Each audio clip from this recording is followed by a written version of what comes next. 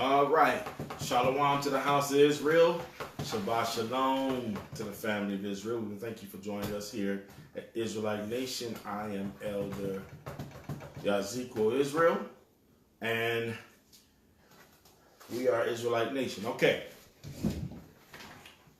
What we want to do first, like we've been doing the past several weeks, we want to go into our Torah reading, and we want to do that. So we want to start doing. We want to begin with that right now. So Brother Ira's coming with the script with the Torah reading.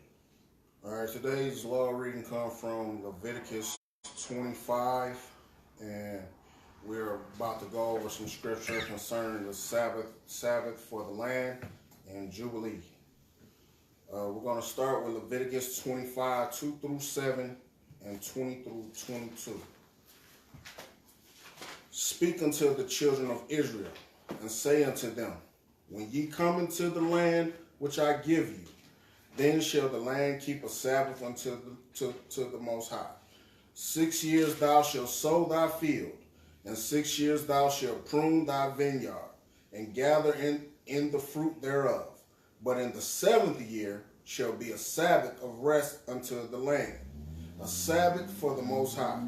Thou shalt neither sow thy field, nor prune thy vineyard.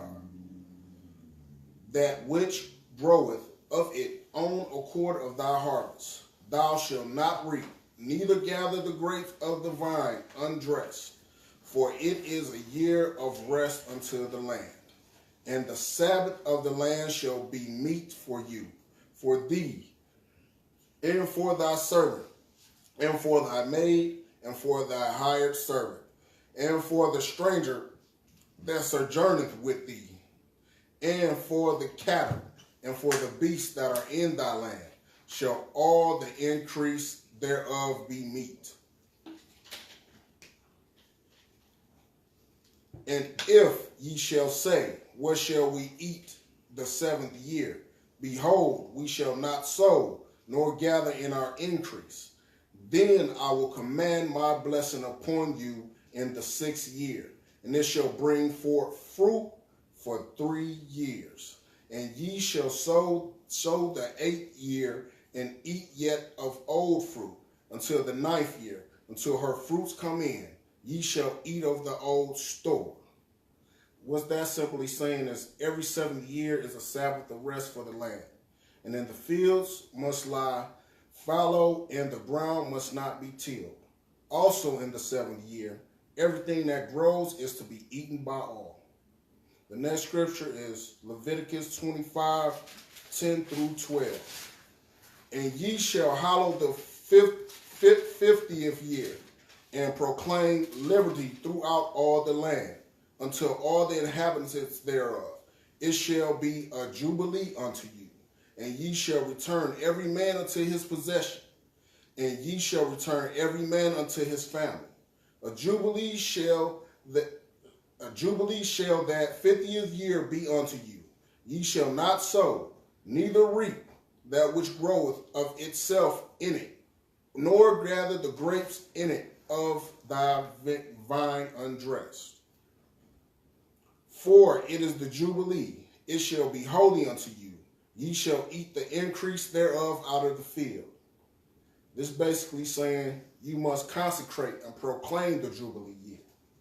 The next scripture we're going to is Leviticus 25, 9 and 10 and 13.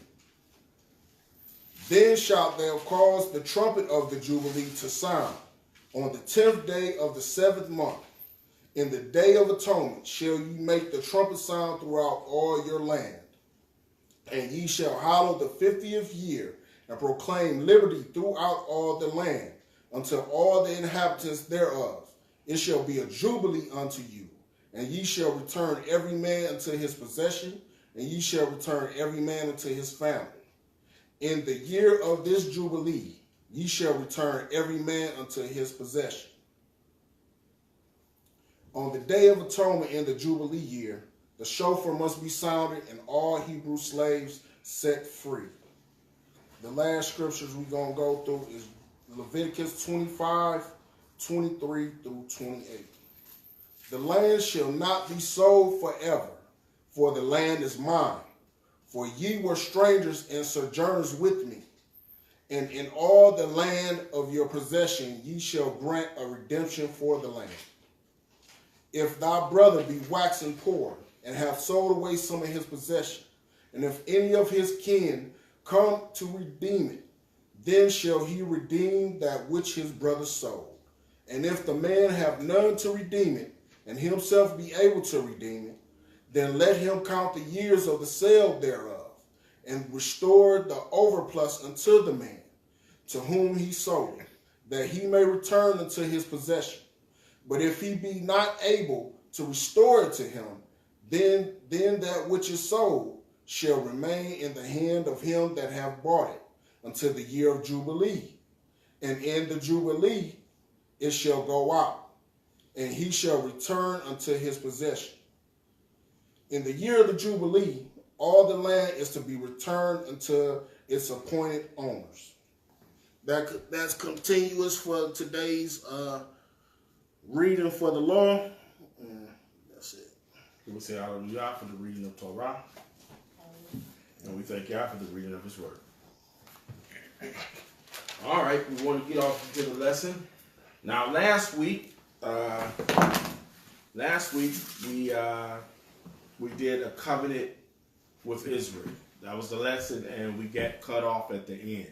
We had a few more scriptures to go, but we got cut off at the end. So this week, we want to do a continuation of last week's lesson.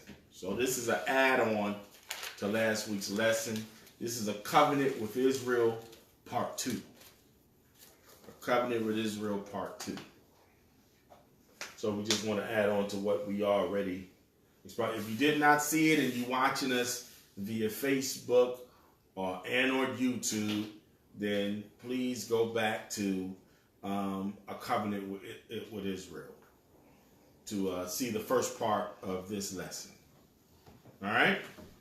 So we want to start at Isaiah 56.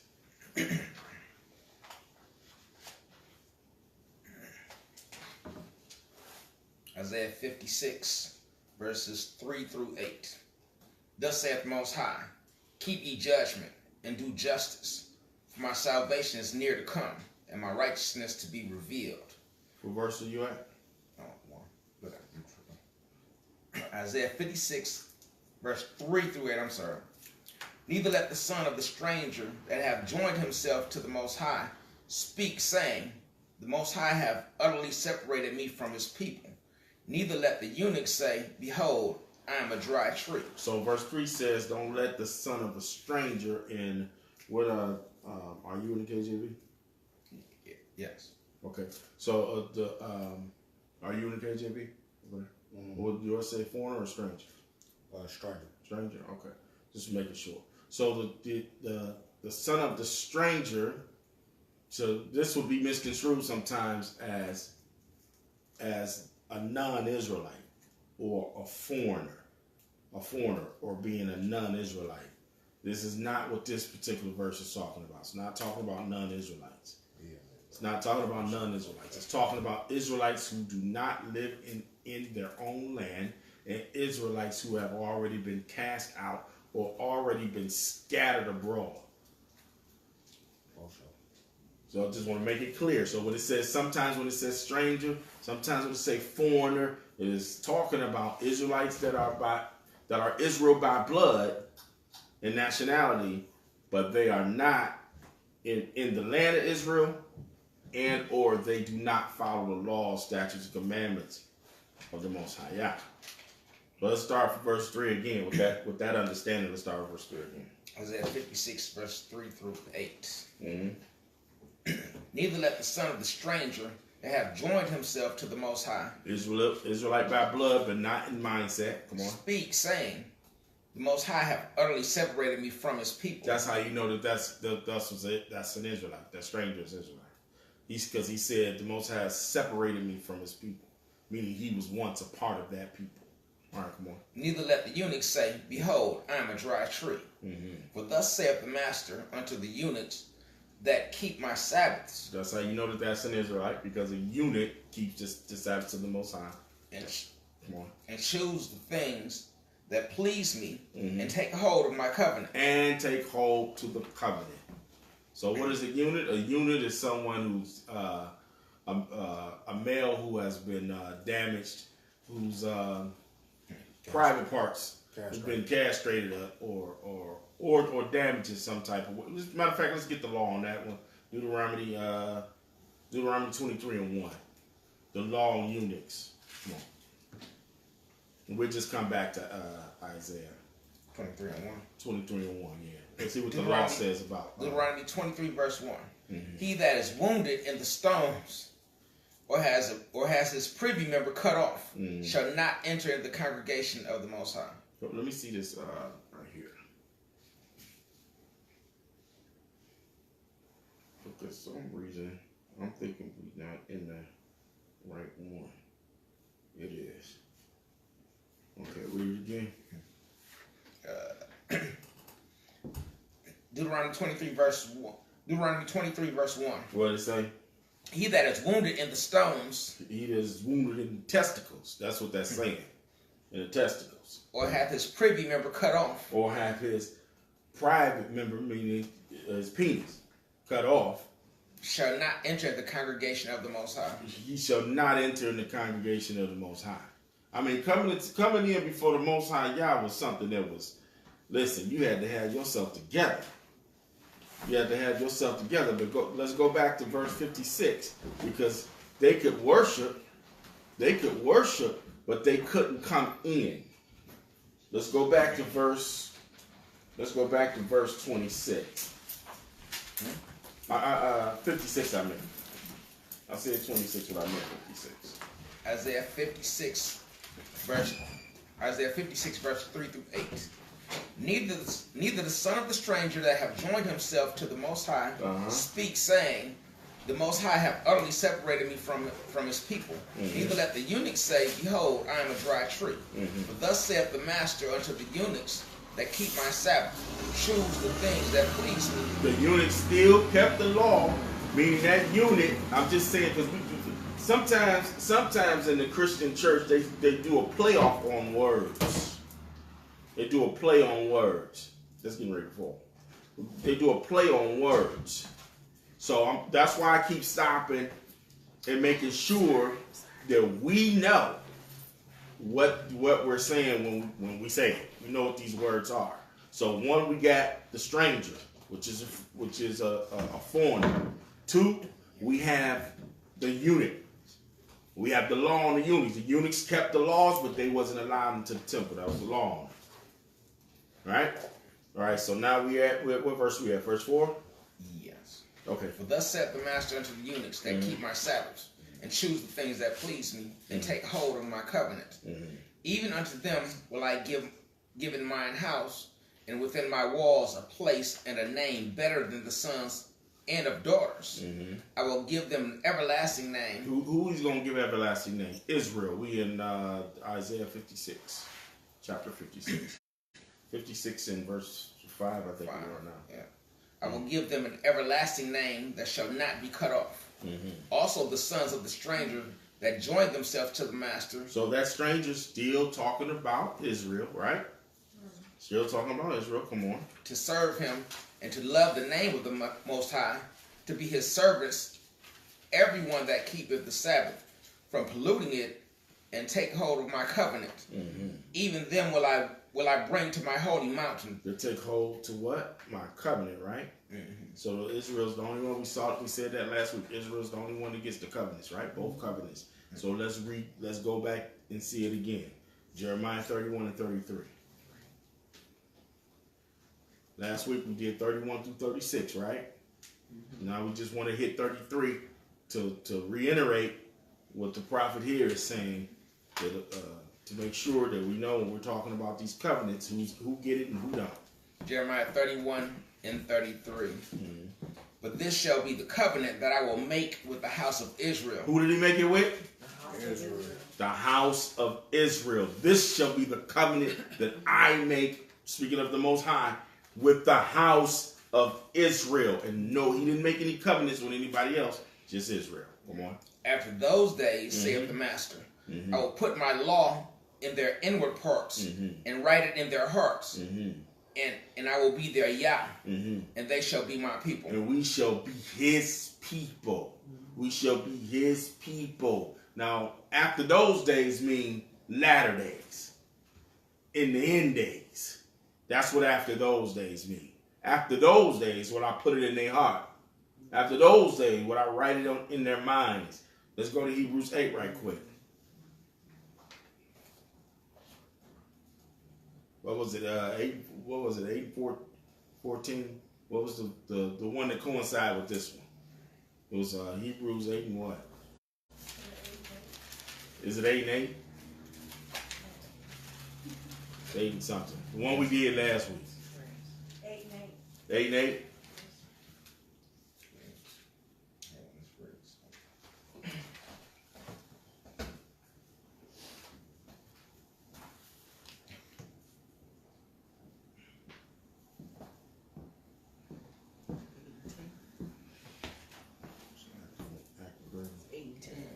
Was it 8 and 10? 8 and 10. Hebrews 8 and 10. For this is the covenant that I will make with the house of Israel. You see, he reiterated, said it again.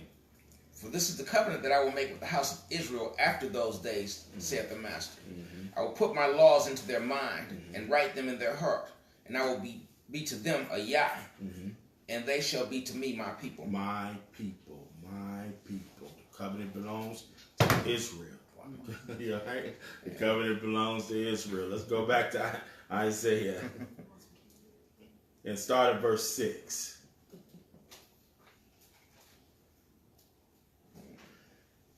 Start at verse 6. Isaiah 56 and verse 6.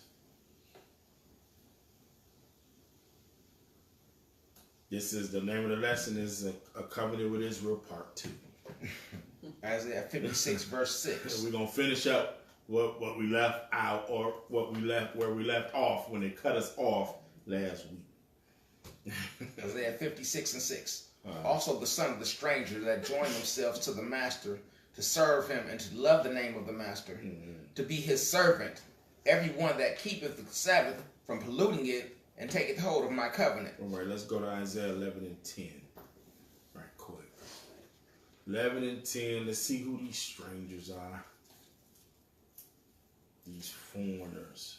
Isaiah 11 verse 10. The prophet used different words, but they were talking about the same people. Yeah, Isaiah 11 verse 10. In that day there shall be a root of Jesse, which shall stand for an ensign of the people. So the root of Jesse is the Messiah, right? That's the root of Jesse. The root of Jesse is the Messiah, and he shall stand for an ensign for the people. Come on. To it shall the Gentiles seek. So to that ensign, the Gentiles are going to seek. So now, this is the same prophet. So the prophet in Isaiah called those Israelites, those castaways, they call them strangers or foreigners in verse 56. But in verse 11, he calls them Gentiles. How do I know these are Israel? This is Israel? Let's read on. And his rest shall be glorious. And it shall come to pass in that day. Watch this. That the master shall set his hand again the second time to recover the remnant of his people. To recover the remnant of his people. We just read who his people was in Hebrews 8 and 8 or 8 and 10, 8 and 10. And we just read who his people was in Isaiah 56, right? Okay, let's read on. Which shall be left from Assyria and from Egypt and from Pathros. This is where a remnant of people of Israelites will be scattered to. Come on. And from Cush and from Elam and from Shinar and from Hamath and from the islands of the sea.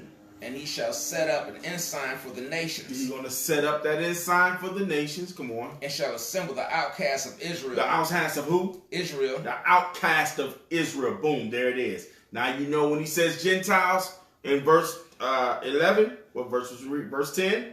When he says Gentiles in verse 10, he just called them out, the outcasts of Israel in verse 12. Is that verse 12? It's not all of and gather together the dispersed of Judah from the four corners of the earth. Was that verse 12? Yeah. So he called them Israel, and the dispersed of Judah in verse 12. He called them Gentiles in verse 10. Same people. Same people. So if anybody asks you, and anybody want to know, say, why are you calling Israelites Gentiles? You tell them because Isaiah called them Gentiles. Those that was without the law. Those who knew not Yah, he called Gentiles. He also called them the dispersed. He also called them the outcast. He also called them the strangers. He also called them the foreigners.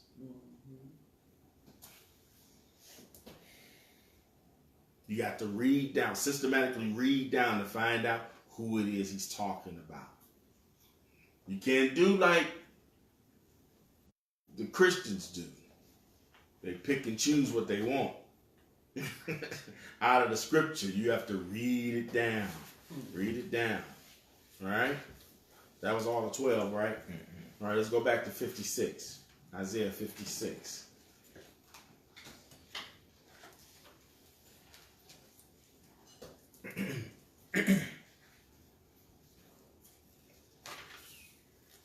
Isaiah 56 verse 7.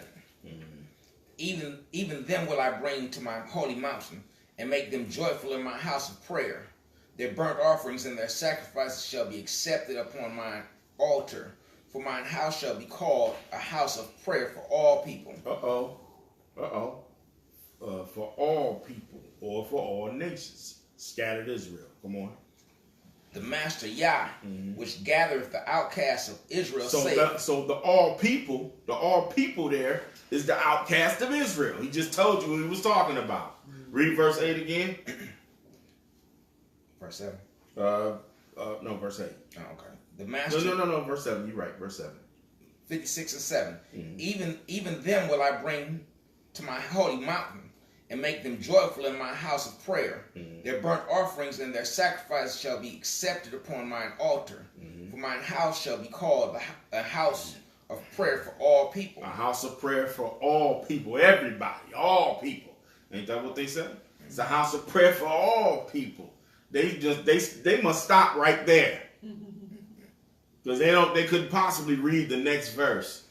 For all people. It's righteous. This is for all people. My house is a house of prayer for everybody. Can come. Every man, woman, child on the planet. Come on. Come on to the house of prayer. Not so fast. Let's keep reading. The Master Yah, which gathereth the outcasts of Israel. The outcast of Israel is that people. Is that all people. The outcast of Israel is that people. Come on. The Master Yah, which gathereth the outcasts of Israel, saith, Yet will I gather others to him, beside those that are gathered unto him. Besides those that are gathered unto him. So here lies another problem. Yeah, he was gathering Israel, they say. But he got others that he was going to gather. Right. Oh, really?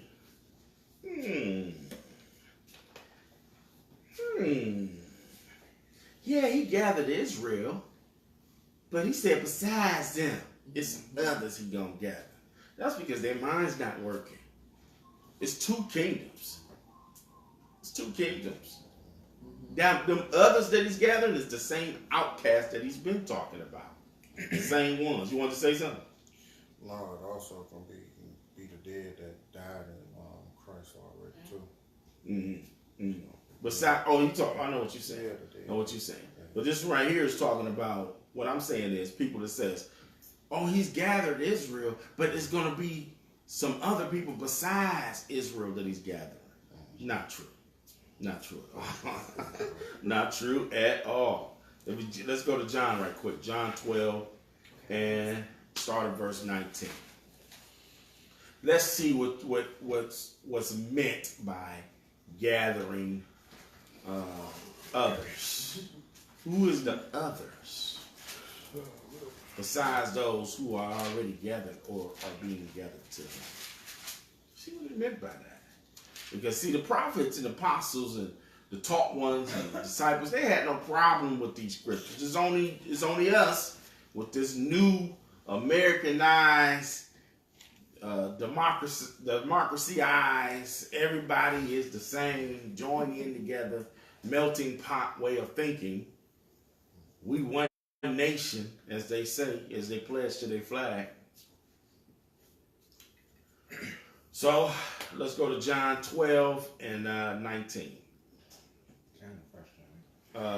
St. John. It seems like you got a little warm in here. Huh?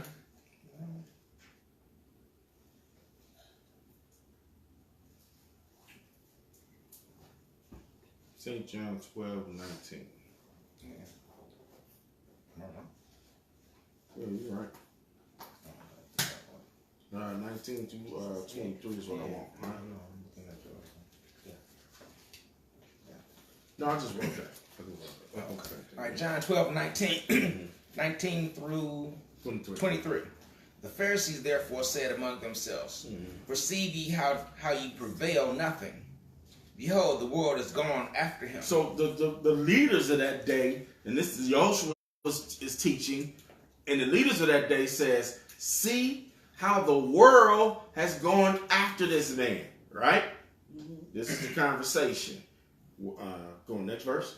And there were certain Greeks among them. If there were what? Certain Greeks among them. There were certain Greeks among them. Watch this. That came up to worship at the feast. So why would Greeks be coming to worship at the feast? Was that their culture? Was the other nations' culture to come up to the Mount of Jerusalem and worship? No. Only Israelites did that. But here, we see the Bible is calling them Greeks. Because guess what? They didn't live in the region with them. They lived in Greek areas from that land. Even Paul, we see even Paul called himself Roman at one time, right? Because he was a Roman citizen. So these so-called Greeks were called Greeks because they lived in Greek areas, Greek towns. Right? Right, let's read it again.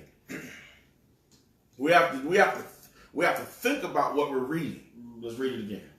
And there were certain Greeks among them that came up to worship. There were certain Greeks among them that came up to worship. Now watch this. Come on. At the feast. Uh-huh. The same came therefore to Philip. Hold on. It was I don't want to miss that part. At the feast. Were Greeks commanded to come and feast? No.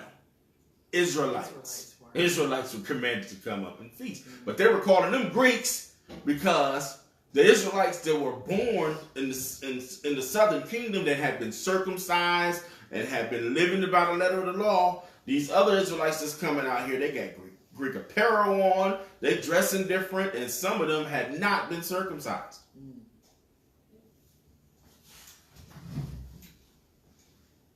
So guess what they calling them?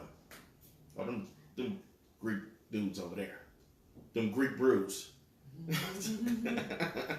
Like we do today. Yeah. You can go on Facebook and you can see other Israelites calling other Israelites Greeks or Americanized. Why is they wearing them clothes? You should be wearing clothes like this. It should be this color. It should be this attached this way. It's the same thing. It's the same thing. Come on. The same came therefore to Philip, and was of Bethsaida of Galilee, and desired him, saying, Sir. So the Greeks came to Philip. I don't want to get y'all mixed up on that. The Greeks came to Philip. Watch this. Which was of Bethsaida of Galilee, and desired him, saying, Sir, we would see Yehoshua. So the Greeks asked to see Yehoshua. The Israelites who were called Greeks are asking now to see Yehoshua. Let's see what happens. Philip cometh and telleth Andrew. So Philip go and tell Andrew, hey, these Greek brews, the Greek dressing brews right here, they want to see the master. Excuse me. Read on. And again, Andrew and Philip tell Yehoshua. And then Andrew and Philip tells Yehoshua, right? So why didn't Yehoshua say, why are y'all asking me for these Gentiles for me to see these Gentiles when you know I don't deal with Gentiles? Why is he not saying that? Because these are Northern Kingdom Israelites. These are Israelites. These are Israelites. These are Israelites. These Greeks, these so-called Greeks, or the ones that are calling Greeks, are Israelites. This is how we know. Read on. And Yehoshua answered them, saying, Watch this. The hour is come that the Son of Man should be glorified. Is that it? That's it. Okay, the hour has come that the Son of Man is to be, that was all of 23? Is to be glorified. So these Jews and Greeks worshiping, the same Greeks sought out Yehoshua. And the reason why we know that these were Israelites, because he received these people that's being called Greeks. He received them. That's how we know these are definitely Israelites. Because why didn't he repeat or reiterate what he said in Matthew 15 and 24? That my sheep are the lost sheep of Israel. Right? All right. Matter of fact, let's get that. Matthew 15 and 24. Matthew 15, verse 24.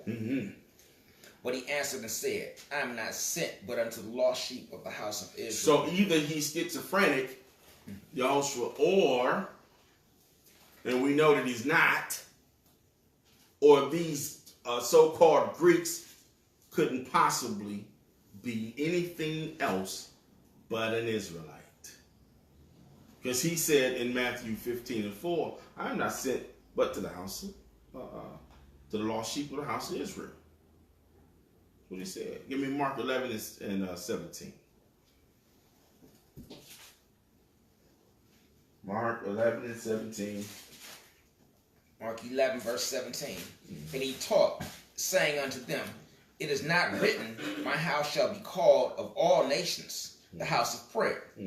But you have made it a den of thieves. Good as now, read it again, verse 17. And he taught, saying unto them, It is not written, My house shall be called a house of all nations. Is it not written that my house shall be called a house of all nations? Come on. My house shall be called a house of all nations, the house of prayer.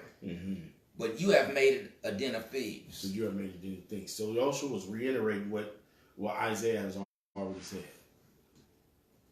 That my house is a house of prayer for all nations, or all peoples, or the Gentiles, or the cast out, or the strangers. So you have to make sure that you understand that these words that we're using are the same, are talking about the same people, talking about the same people. Give me John 10 and 16. St. John 10 and 16.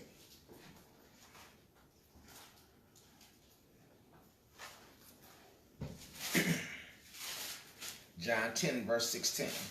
And other sheep I have, which are not of this fold. So what do you think you mean by that?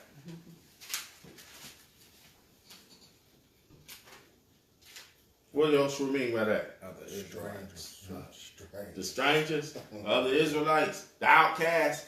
He said, the other sheep that I have, they're not of this fold. I got other sheep. Did that mean that it was people of other nations? Well, since y'all don't appreciate me being the savior of the Israel, I guess I'm going to go save me some Edomites. And some Persians. And some Medes. No.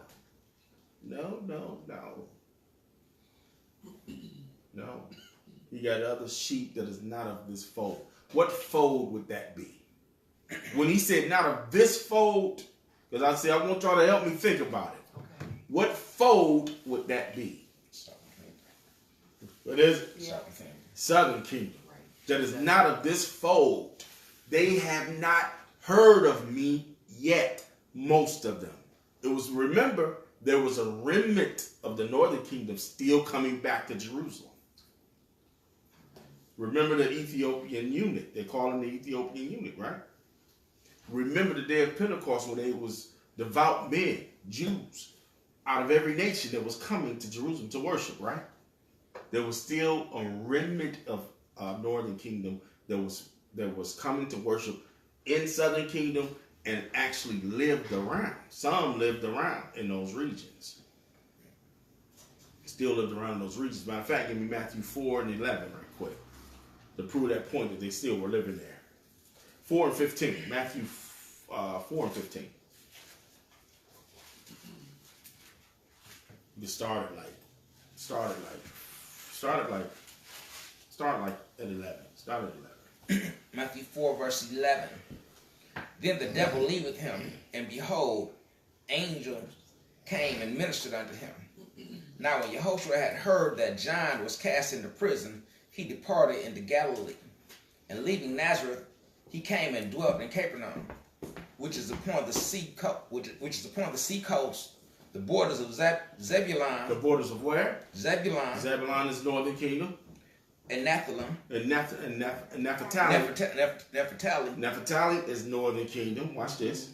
That it might be fulfilled that which was spoken by Isaiah, the prophet, saying, the land of Zebulun and the land of Naphtali by the way of the sea beyond Jordan, Galilee of the Gentiles. Of what? Of the Gentiles. So he just called Naphtali and Zebulun both Gentiles. Yeah.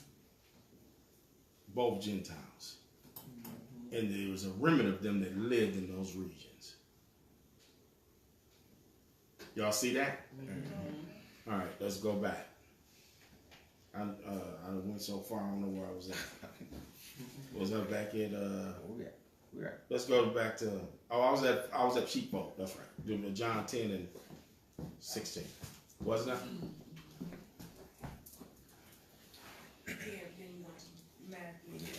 Yeah. John 10 and 16. Yeah. And other sheep which I have, which are not of this fold, them also I must bring. So this fold, so them also, he says, he must bring. So those of the northern kingdom, Gentiles, those foreigners, those strangers, those outcasts, he must bring. So the reason why I'm going through these scriptures the way I'm going through them is because when you encounter the Christianite, and I mean those that are full-fledged Christians and those Israelites who still think they Christians, who brought over the Christian doctrine into this thing, you have to know what scriptures to go to. You got to know what scriptures to go to. Because they will bring that thing over here and say, guess what? He is going to save everybody. And he's for all people. When the Bible clearly says that's not true. It's not for all people. Matthew 1 and 21 says he's going to save his people. His people.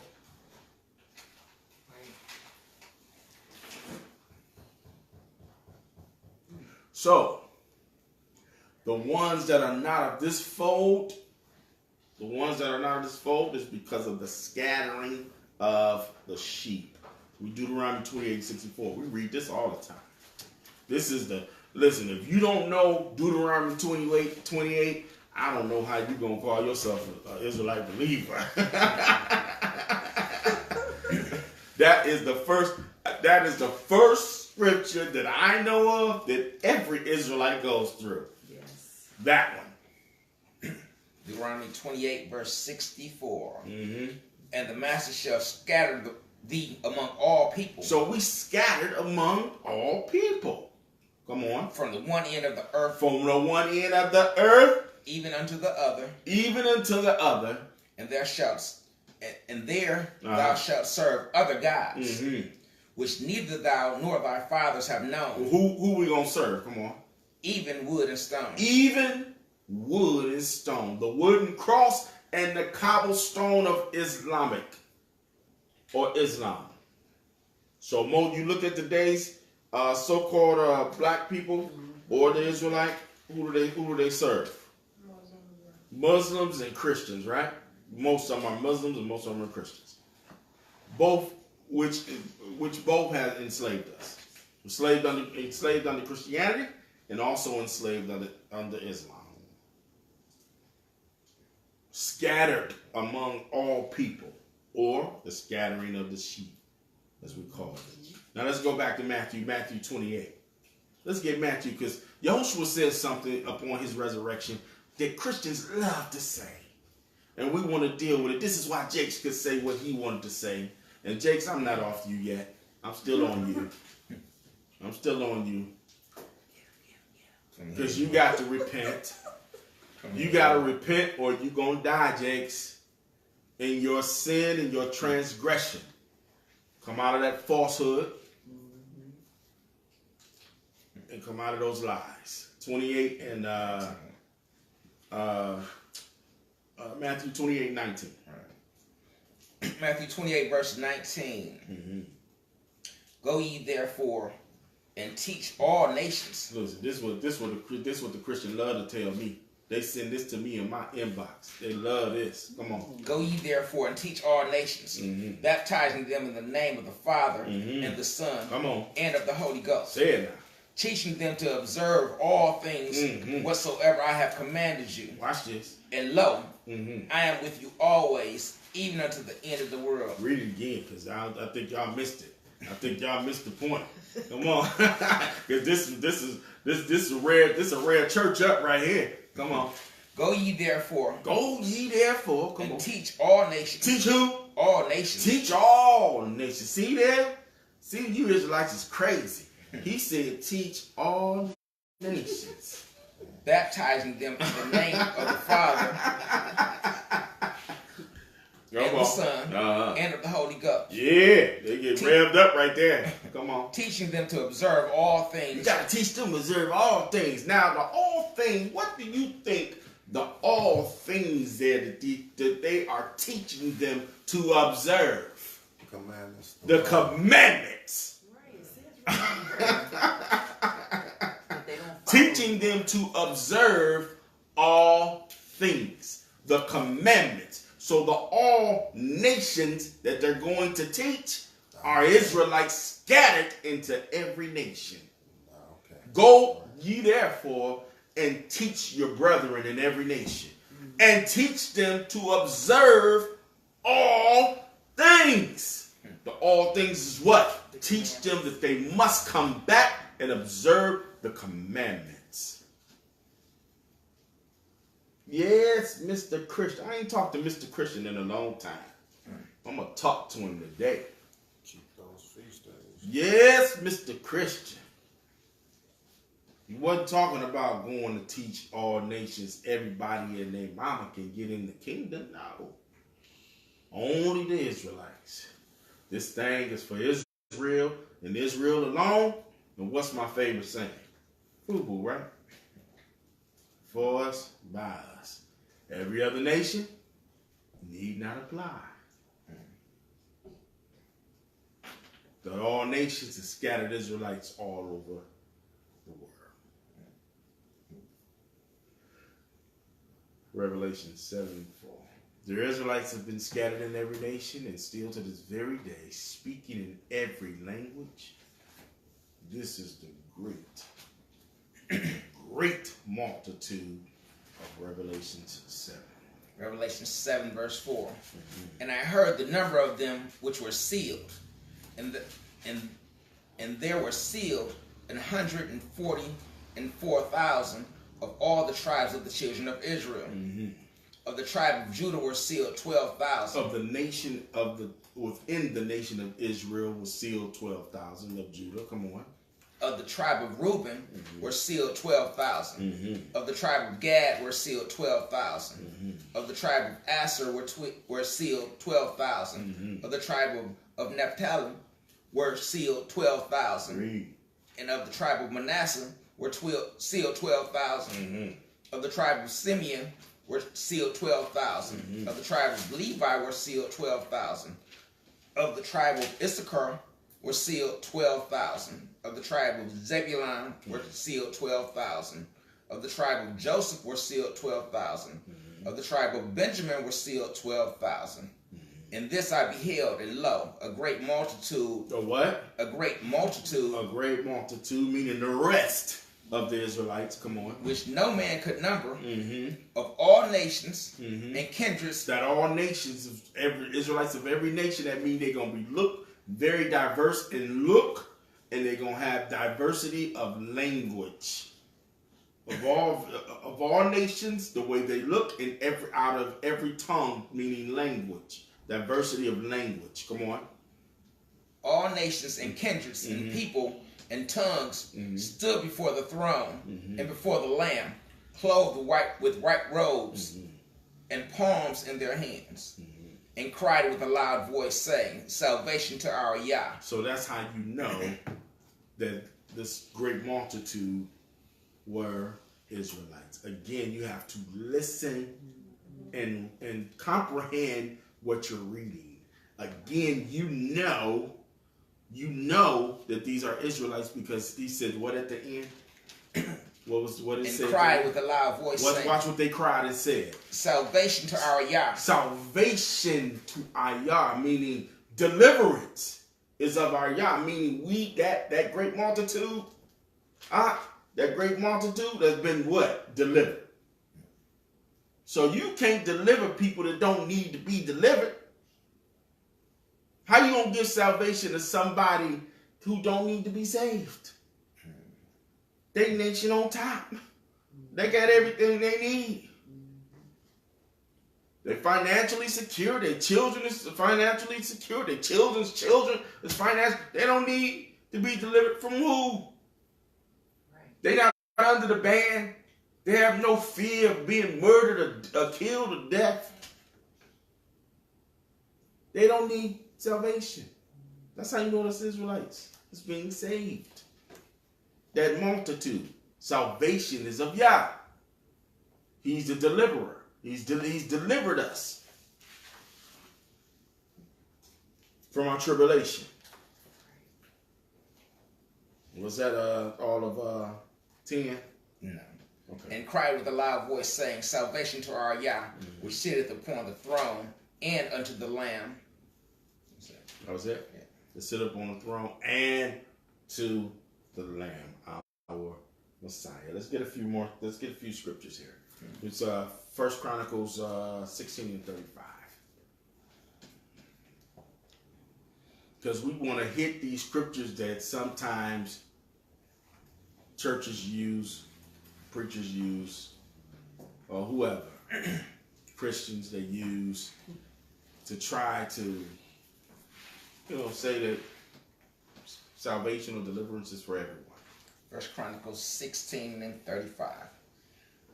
And say ye, Save us, O Yah, of our salvation, and gather us together, and deliver us from the heathen. And deliver us from who? The heathen. The heathen simply mean nations, but we want to read it in here. The Bible, the Compact Bible Dictionary. So we want to get a understanding of what it is. I know I said it, but we want to read it. Heathen, people, nation, usually used for a non-Israelitish people, and thus has the meaning of Gentiles. And thus has the meaning of Gentiles. Read it again.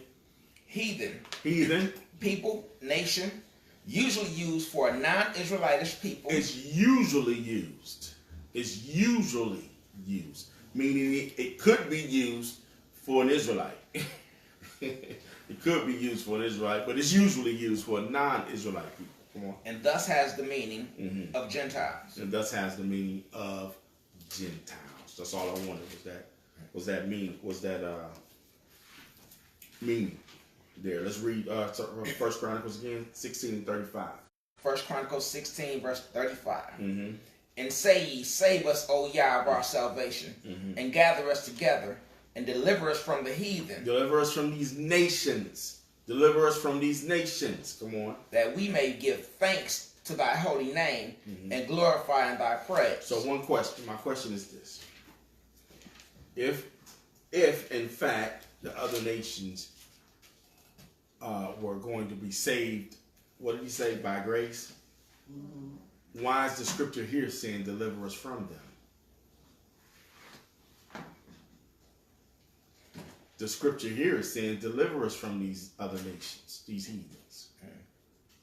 So where do you get these other nations is going to be saved by grace? It's not making sense. Not making sense at all. There'll be Psalms 106. What was that last scripture? That was the last one was 1 Chronicles 16 and 35. 35. That was 1 Chronicles 16 and 35. Let's get Psalms 106 and 47. Psalms 106, verse 47. Save us, O Yah, our Yah, and gather us from among the heathen. Gather us from among them. Mean take us again away from them. To give thanks unto thy holy name, and to triumph in thy praise. You can't. These scriptures is just plain. They're plain to see. Gather us from among these people. Meaning they're not coming with us. It's plain. Take us from these people. It's plain. Give us this. Now let's get Micah 2 and 12. Jacob. I'm going to assemble only Jacob. Come on. All of thee, I will surely gather the remnant of Israel. He only talking about Israel. That's who I'm gathering. Come on. I will put them together as the sheep of Basra. So he will put them together like the sheep of Basra. Don't let that word Basra scare you. Don't let it. He gonna put them together like of sheep herders. Basra, Micah knows this because he's from that. He lives near that region, and he understood that Basra only meant pen, a pen or a fold.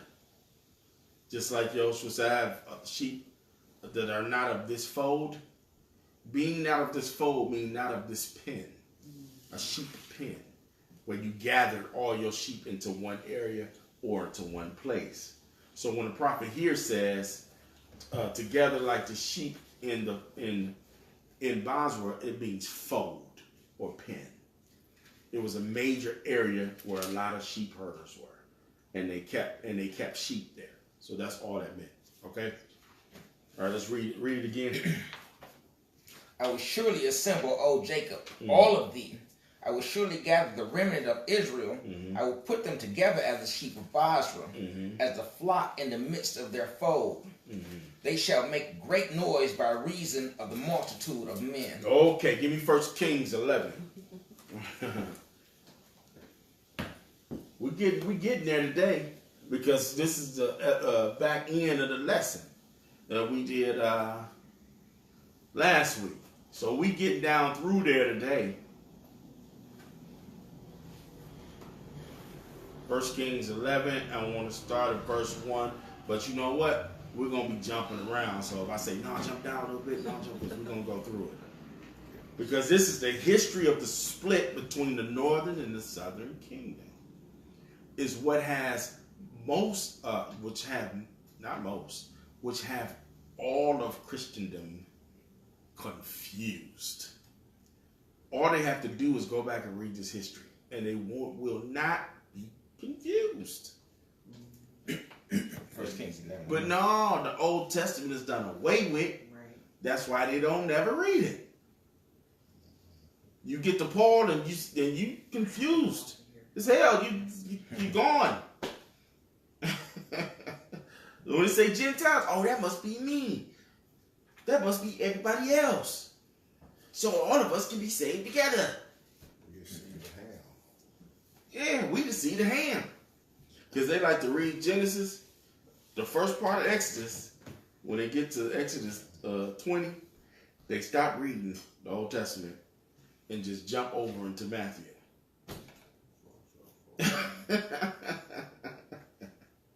And jump over to Matthew. So we're going to go to 1 Kings.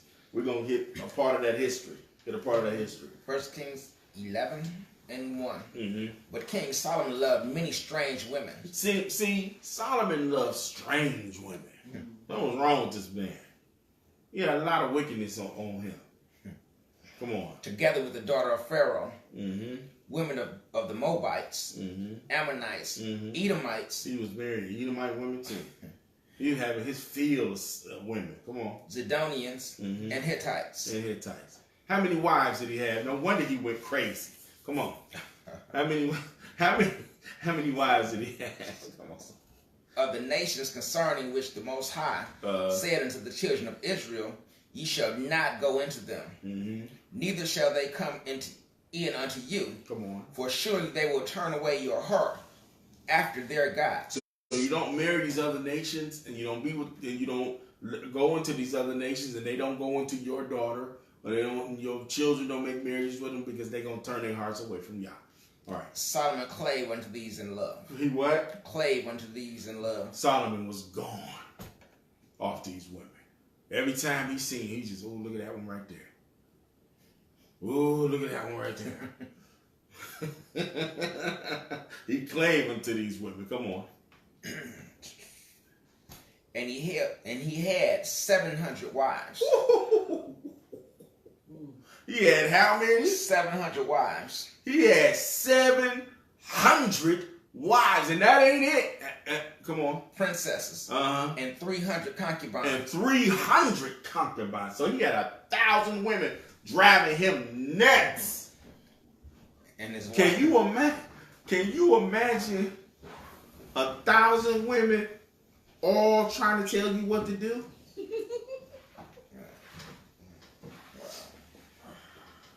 Can you imagine that?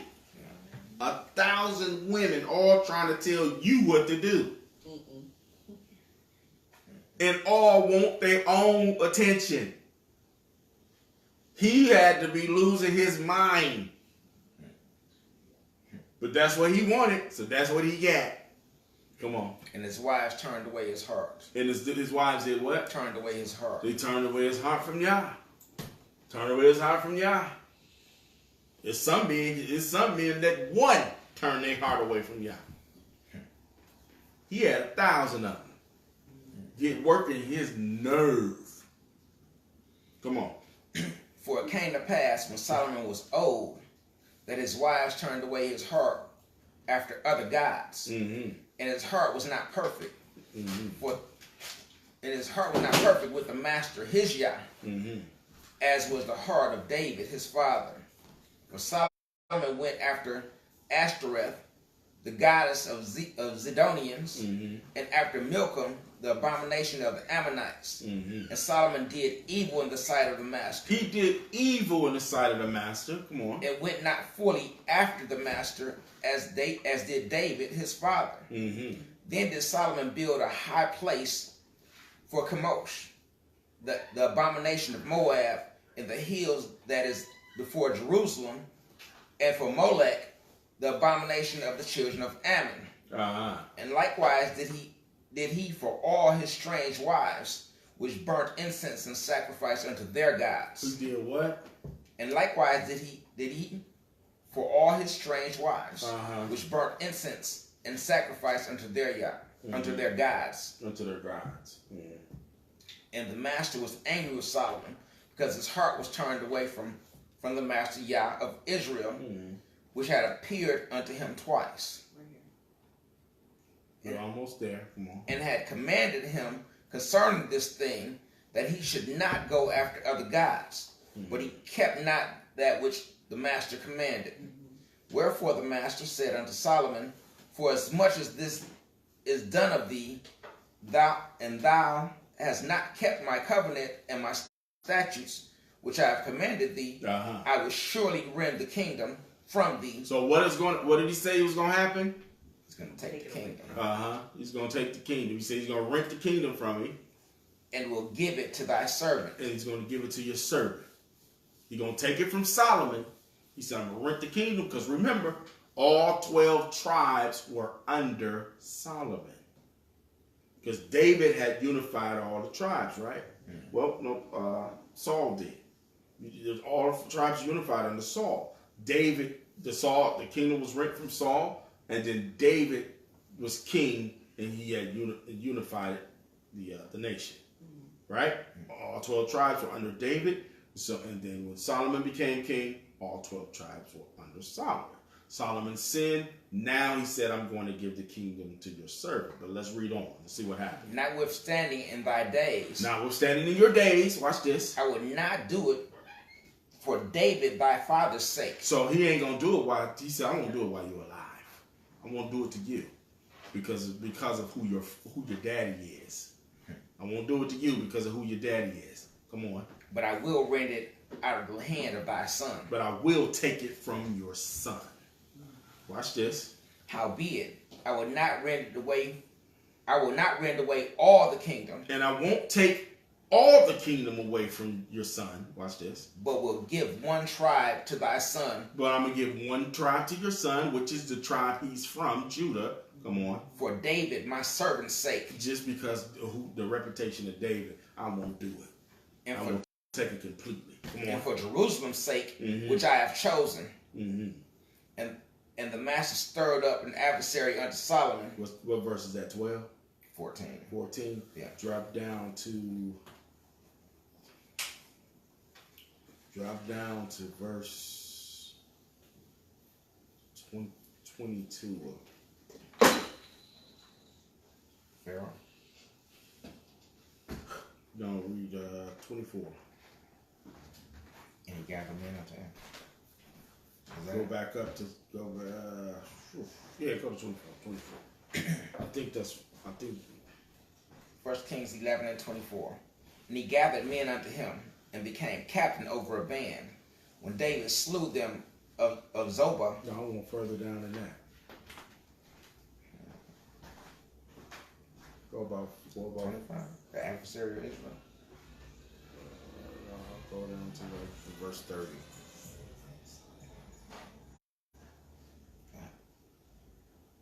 Ahijah, what is it? What did it say?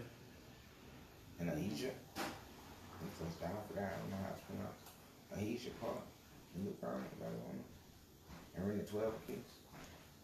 Yeah, and Ahijah called the new garment. Yeah, that's what I want. Let me see. It came to pass. That's what verse 28. 1 Kings 11 and 28. And the man, Jeroboam, was a mighty man of valor.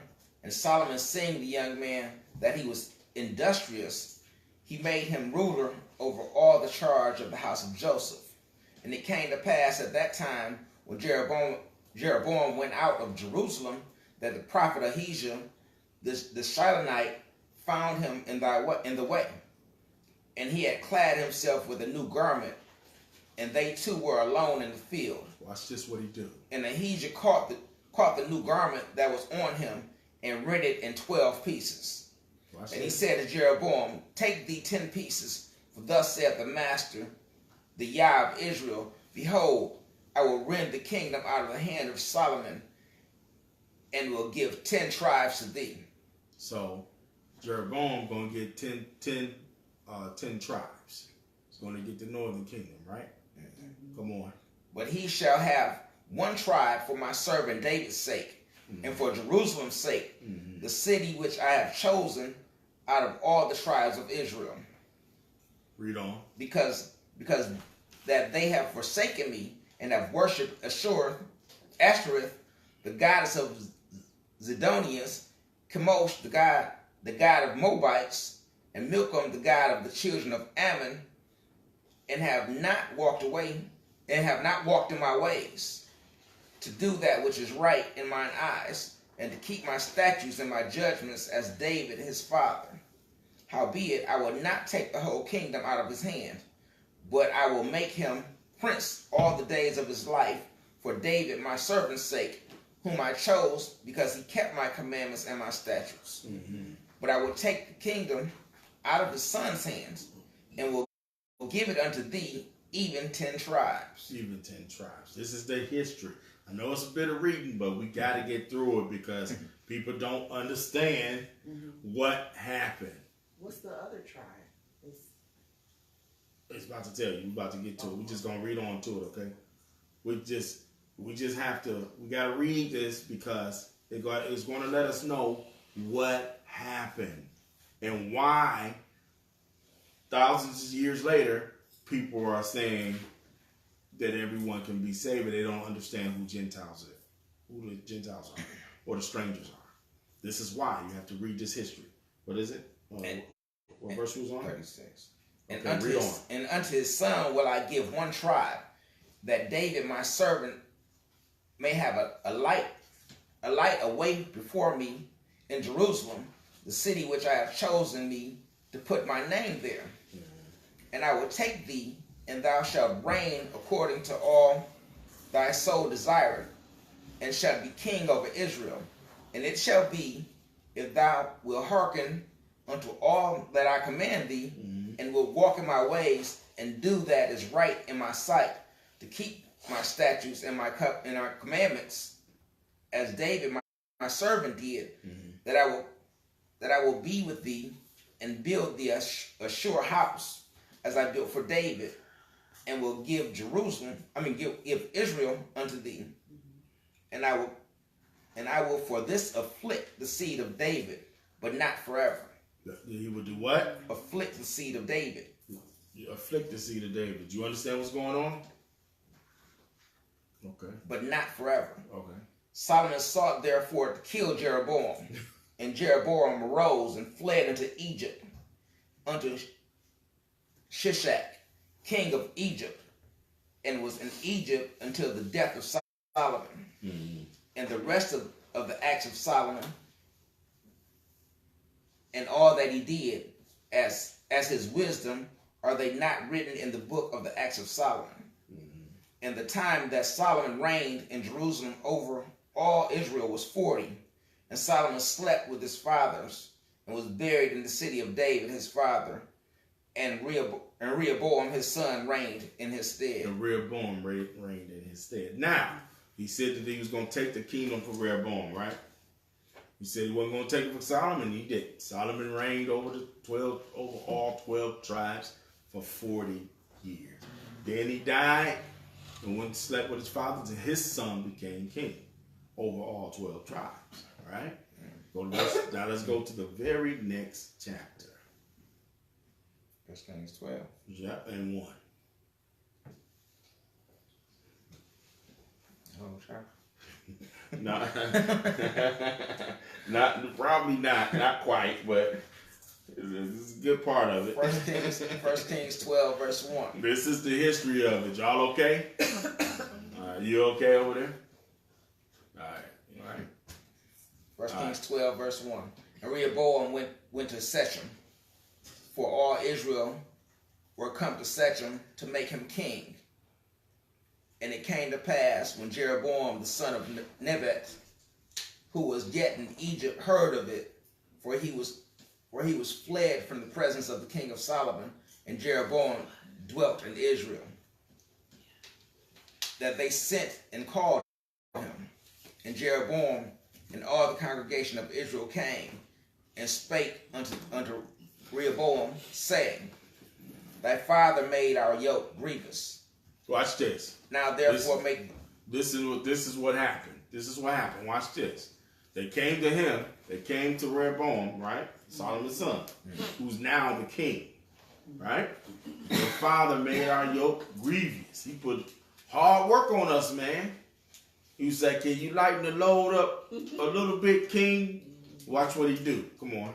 Thy father made our yoke grievous. Now therefore make thou the grievous service of thy father, and his heavy yoke which he put upon us lighter, and we will serve thee. That's all they ask for. Just raise up off us a little bit, and we're going to serve you. We promise.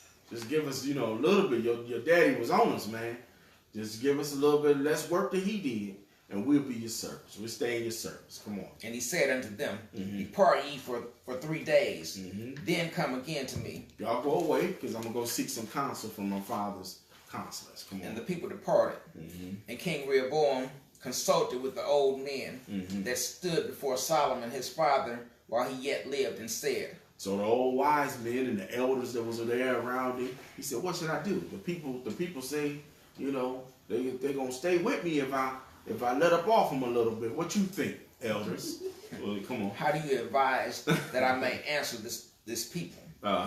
And they spoke unto him, saying, If thou wilt be a servant unto this people this day, and wilt serve them, and answer them, and speak good words to them, then they will be thy servants forever. And they'll be your servants forever. But he forsook the counsel of the old men. What you think about y'all old dudes? Y'all don't know what the hell y'all talking about. Me gonna get my homeboys. Come on. Which they had given him, and consulted with the young men that were grown up with him. So he went and got the men around him that was of his own age. He went to go get his homeboys that he grew up in the court, that he was probably the sons of the elders that he was just talking to, right?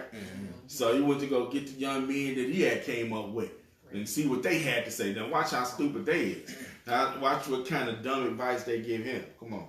And he said unto them, What counsel give ye that we may answer this people who have spoken to me, saying, Make the yoke which thy father did put upon us lighter. Watch this. And the young men that were grown up with him spoke unto him, saying, Thus shalt thou speak unto the people that spoke unto thee, saying, Thy father made our yoke heavy, but make thou it lighter unto us.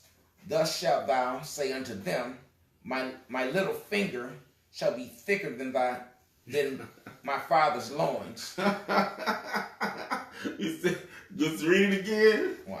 He said, what? My little finger shall be thicker than my father's loins. And now, whereas my father did lade you with a heavy yoke, watch this, I will add to your yoke. He said, I'm going to make it even worse than what my daddy did. My father has chastised you with a whip, but I will chastise you with scorpions. Jeroboam and all the people came to Rehoboam the third day, and the king had appointed, saying, Come to me again the third day. And the king answered the people roughly, and forsook the old men's counsel that they gave him, and spoke to them after the counsel of the young men, saying, My father made your yoke heavy, and I will add to your yoke. I'm going to do even more than what my daddy did. You think what he did was rough? Wait till you get a load of me. That's what he said. My father also chastised you with whips, but I will chastise you with scorpions. Wherefore the king hearkened not unto the people, for the cause was from the Most High, that might perform his saying, which the master spoke by Ahijah, the Shilonite, unto Jeroboam, the son of Nebat. So when all Israel saw that the king hearkened not unto them, the people answered the king, saying, What portion have we in David? Neither have we inheritance in the son of Jesse. To your tents, O Israel, now see to thine own house. So right then and there, that's when the split happened. He said, what portion have we in the house of David? So guess what? To your tents. Home, Israel. We through with him. So Israel departed unto their tents. But as for the children of Israel which dwelt in the city of Judah, Rehoboam reigned over them. Then the kingdom. That's the one tribe. Oh, okay. That's the one tribe. But I know what you're asking. You're asking about, because there's 11 tribes. What is this one more tribe that's missing, right? Right. It's about to show you. Come on. Then King Rehoboam sent Adoram, who was over the tribute, and all Israel stoned him with stones, that he died. Therefore King Rehoboam made speed to get him up to his chariot to flee to Jerusalem. So Israel rebelled against the house of David until this day. They was going to kill it. Come on. And it came to pass, when all Israel heard that Jeroboam was come again, that they sent and called him unto the congregation, and made him king over all Israel. So there's the split. Y'all see what's going on? Now we got 2 kings in Israel. Now we have 2 kings in Israel. One that's set over the 10, and the other one that's set over the southern. And while you're about to see Benjamin come back and be with Judah. That's what you're about to see. Come on. There was none that followed the house of David, but the tribe of Judah only. And when Rehoboam was come to Jerusalem, he assembled all the house of Judah with the tribe of Benjamin. With who? With the tribe of Benjamin. That's the tribe right there. So now you have, in the southern kingdom, you got Judah and you got Benjamin. So right now you just got Judah and Benjamin. They don't even have the Levites because the 10 is with the northern. But you're going to see how the Levitical tribe is going to come back to the southern kingdom. Come on. 180,000 chosen men. They're getting ready for war now. Which were warriors to fight against the house of Israel, to bring the kingdom again to Rehoboam, the son of Solomon. But the word of Yah came unto Shemaiah, the man of Yah, saying, Speak unto Rehoboam, the son of Solomon, king of Judah, and unto all the house of Judah and Benjamin, and to the remnants of the people, saying, Thus saith the master, Ye shall not go up nor fight against your brethren. Don't fight against your brothers. Come on. The children of Israel. Return every man to his house. Watch this. For this thing is from me. They hearken therefore to the word of the master. So this thing was from Yah. He just said, don't go up there and kill your brethren. Don't go put them to death behind what they did about trying to kill you and trying to leave under your rulership, because this thing is because I did it. This thing is because what I wanted to do. So here we see the split in Israel, but most churches don't understand the Gentile or the foreigner or the stranger thought or frame of thought, because they do not understand 1 Kings 11 and 1 Kings 12. You got to go back and read this history in order to understand what happened. Read on. They hearkened therefore to the word of the master, and returned to depart according to the word of the Most High. Then Jeroboam built Shechem in Mount Ephraim and dwelt therein. Now you got Rehoboam and you got Jeroboam. Y'all not confused on the two, right? No. All right. Now watch what wicked Jeroboam do of the northern tribe of Israel. Watch what he do. This is how the Levitical tribe got back with the southern kingdom. Come on. And went out from thence and built Peniel. And Jeroboam said in his heart, Now shall the kingdom return to the house of David. If this people go up and do sacrifice in the house of the master at Jerusalem, then shall the heart of the people turn again unto their Most High, even unto Rehoboam king of Judah, and they shall kill me, and go again to Rehoboam king of Judah. So this is what happened. So the feast is coming, right? So he knows, the Jeroboam, of the king of the northern kingdom, knows that the Israelites got to go to Jerusalem if they go back there to Jerusalem, they're going to get back with the king. They're going to get back with Rehoboam, the king. And if they do that, they're going to kill me. And I'm going to lose the rulership. So this man didn't have no faith in Yah whatsoever. Yah gave him the kingdom. He didn't have no faith in Yah whatsoever. So let's see what he did. Y'all okay? All right. Let's see what he did. Whereupon the king took counsel and made 2 calves of gold. He took counsel and did what? Made 2 calves of gold. He just got y'all just gave him the northern kingdom, and he did what? Made 2 calves of gold. He made 2 calves of gold so they wouldn't go up to Jerusalem, and made them. He made them worship a calf. Wow. Come on. And said unto them, It is too much for you to go up to Jerusalem. Oh, it's too much for you to go up to Jerusalem to worship. Come on. Behold thy gods of Israel. Behold, look at your gods that I made for you. Come on. O Israel, which brought thee up out of the land of Egypt. And he really gave him credit for bringing them out of the land. He's more wicked. He's wicked as hell. He's wicked. He just gave you the kingdom. He just gave you the kingdom. You made 2 calves and said, Behold your gods. This is who brought you out of Egypt. Now you don't need you going up to Jerusalem. Worship this. Come on. And he set the one in Bethel, and the other in Dan. And this thing became a sin, for the people went to worship before the one. And they went and did it. Come on. Even unto Dan. And he made a house of high places. That's the reason why. There's one of the reasons why Dan is not in Revelations right now. Come on. And he made a house of high places and made priests of the lowest of the people. He did what? And he made a house of high places and made priests of the lowest. And he took bums. He went and got bums out the gutter. He went and got bums. He said, listen, you're going to be the priest. You're going to be, he didn't even take you're going to be the priest.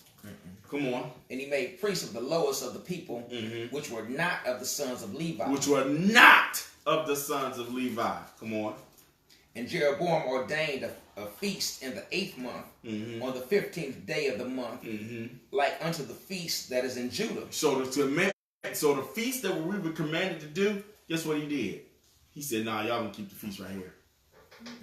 The one that in Deuteronomy 16, when we were commanded to appear before the Most High Yah in Jerusalem, every man was to appear before Yah. He said, nah, don't do that. Y'all can appear before these calves on the same day. In the 15th day of the 8th month, even in the month which he had devised of his own heart, and ordained a feast unto the children of Israel, and he offered upon the altar and burnt incense.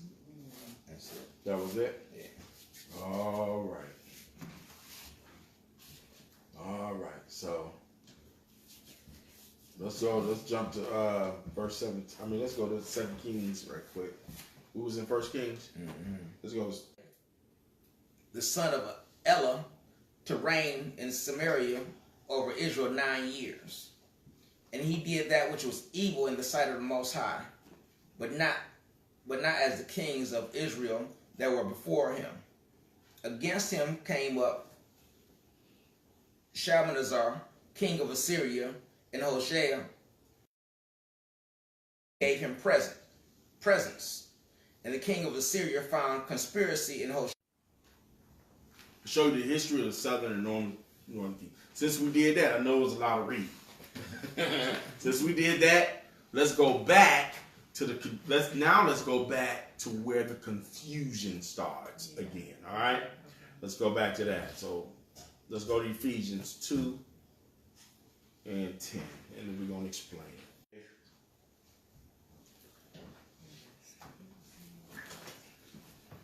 Y'all bear with me.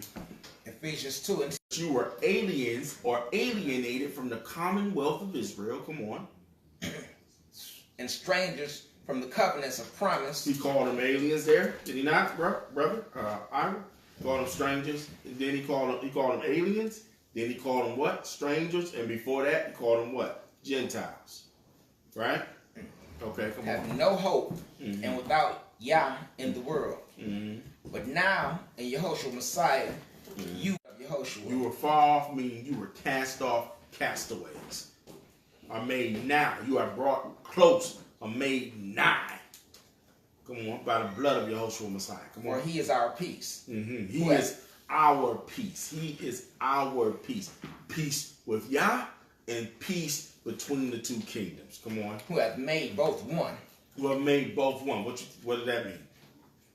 It's kingdoms. That's both kingdoms, right? Both kingdoms have made both kingdoms one. Come on. And have broken down the middle wall of partition. The middle wall of partition was that breaking that we just read that. The middle wall of partition was the breaking of Israel.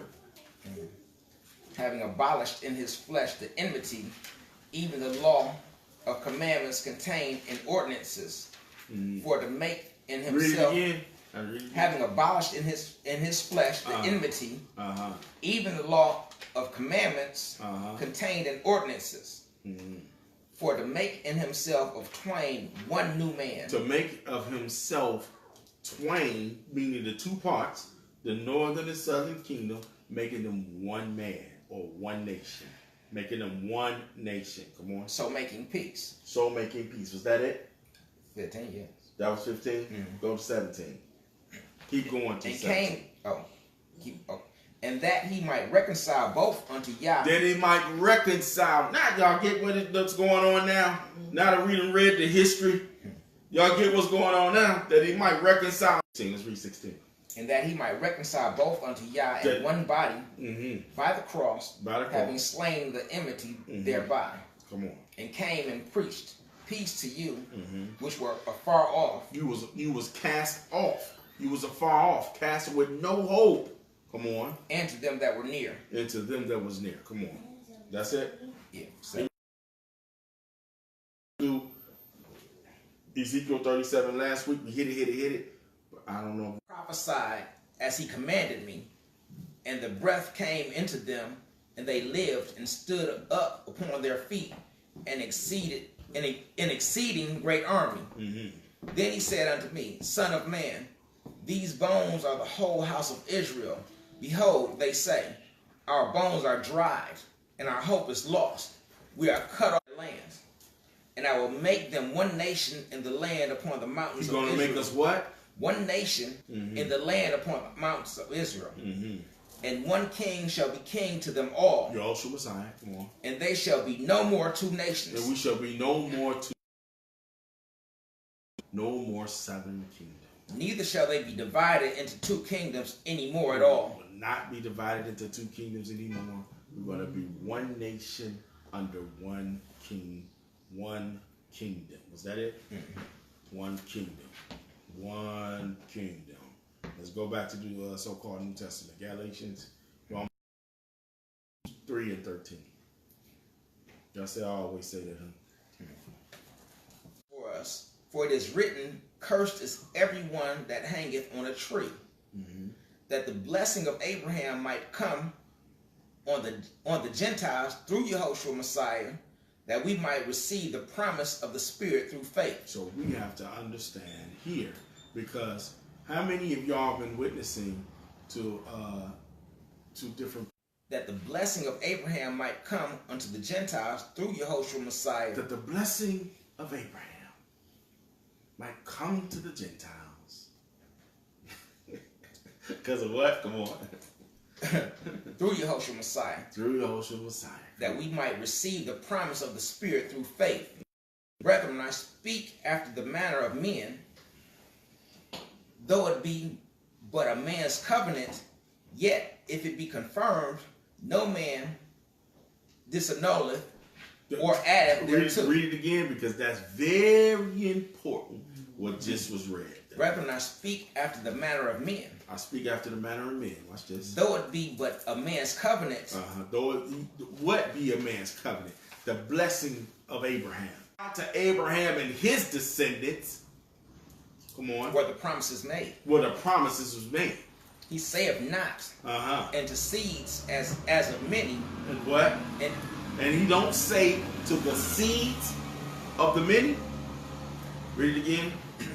Now to Abraham and his seed were the promises made. Abraham's descendant to Abraham and his descendants was the promises made. Come on. He saith not, and to seeds as of many. And he do not say to the descendants or the children of the many. Come on. Okay. You 15. But at 16. 16. Come on. But as of one, and to thy seed, which is Yehoshua.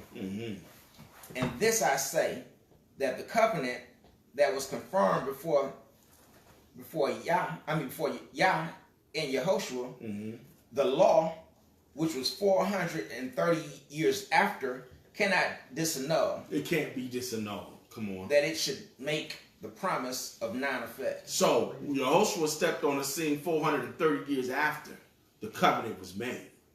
Oh, I see. It cannot be. That doesn't mean that the covenant is disannulled. It doesn't take away from the promise of Abraham, because Yahushua Messiah came. It doesn't take it away. Right. Like they were saying, the laws are done away with. Yeah, you saying the law's done away with?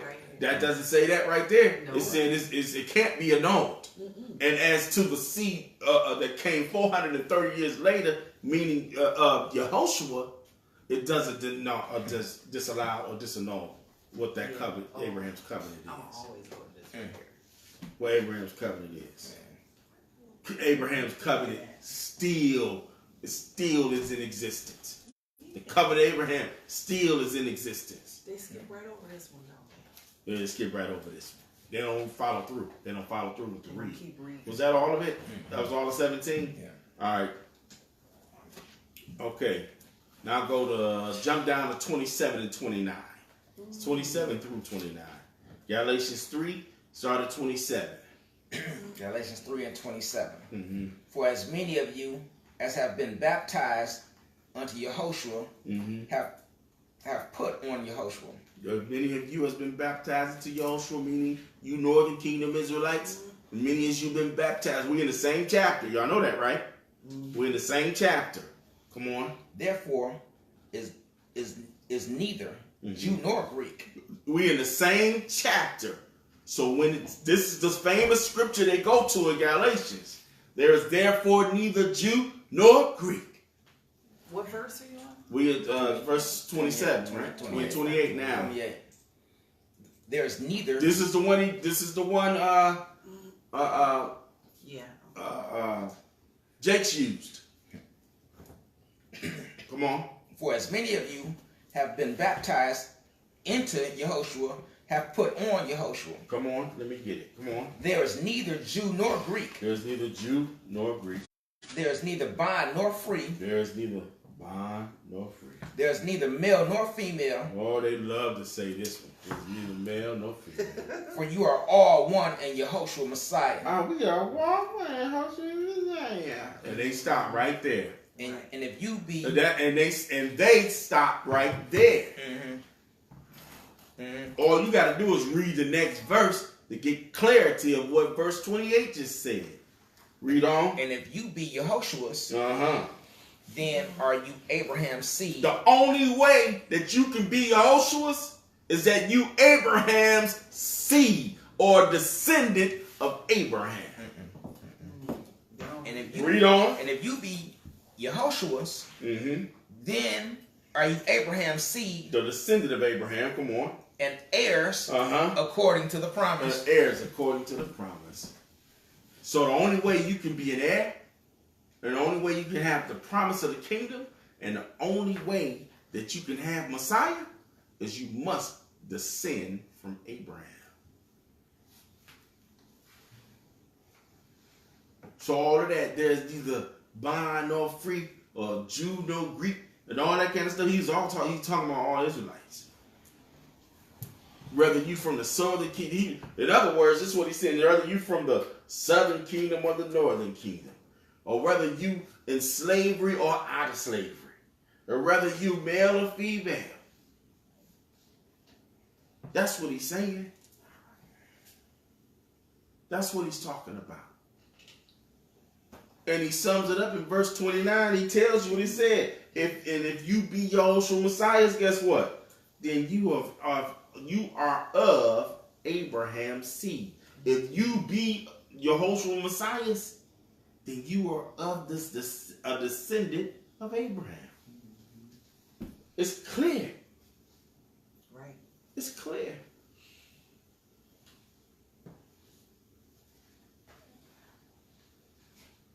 Galatians 4 and 28. Same book, next chapter.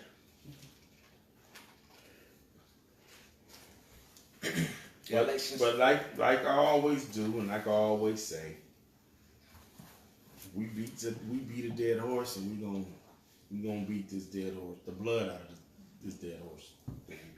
Galatians 4 verses 28 through 31. Come on. Now we, brethren, as Isaac was, are the children of promise. Now we, brethren, you fellow Galatians, we brethren, he just called them brethren, did he not? Come on. As Isaac was, come on. But as then, he that was born after the flesh persecuted him that was born after the spirit, even so it is now. Nevertheless, what saith the scripture? Cast out the bondwoman and her son. Come on. For the son of the bondwoman shall not be heir with the son of the free woman. Come on. So then, brethren, we are not children of the bondwoman, but of the free. Because we are children of the promise. We're children of the promise. And just because you are descendant of Abraham, because he made that was clarification right there. You understand? Because in verse 3 at the end, he said the only way you Messiahs is if you were descendant of Abraham. Right? Did he say that? We just read that. Yeah. Then he came back in chapter 4 and clarified his statement. Oh, wait. I know it's other descendants of Abraham, but they ain't of Messiahs. He came back to make clear, to clarify his statement. Ishmael. Ooh. Yes. He came back to make it clear. Right. I know it's other people that's born of Abraham, but no, they ain't the children of promise. He came back and made it clear, crystal clear, what was going on. Crystal and clear. Give me one more. Ephesians 3 and 6. Let's do one more. Ephesians 3 and 26. Ephesians 3 and chapter 3 verse 6. Ephesians 3 and 6. That the Gentiles should be fellow heirs in the same body and partakers of his promise in Yehoshua by the gospel. Well, now we can understand that verse with with clarity. We can understand that verse crystal clear. All right? The Gentiles that's going to be fellow heirs is the northern kingdom Israelites. So these are the scriptures that they will go to try to jam you up, but you have to know how to handle yourself when you're talking to Christians and Christolites, those Israelites who still have a Christian mind frame. You understand that? So with that being said, we hope that you wrote the scriptures down and that you have gained something from the lesson today. And then, like I said, if you did not see a covenant with Israel, the first part, you need to go and watch that one, and then you can glean from that one and learn from that one, and then come and watch this one again. So like us, share us, watch us on YouTube. And with that being said, we say, y'all bless and enjoy the rest of your Shabbat. And we say, y'all bless.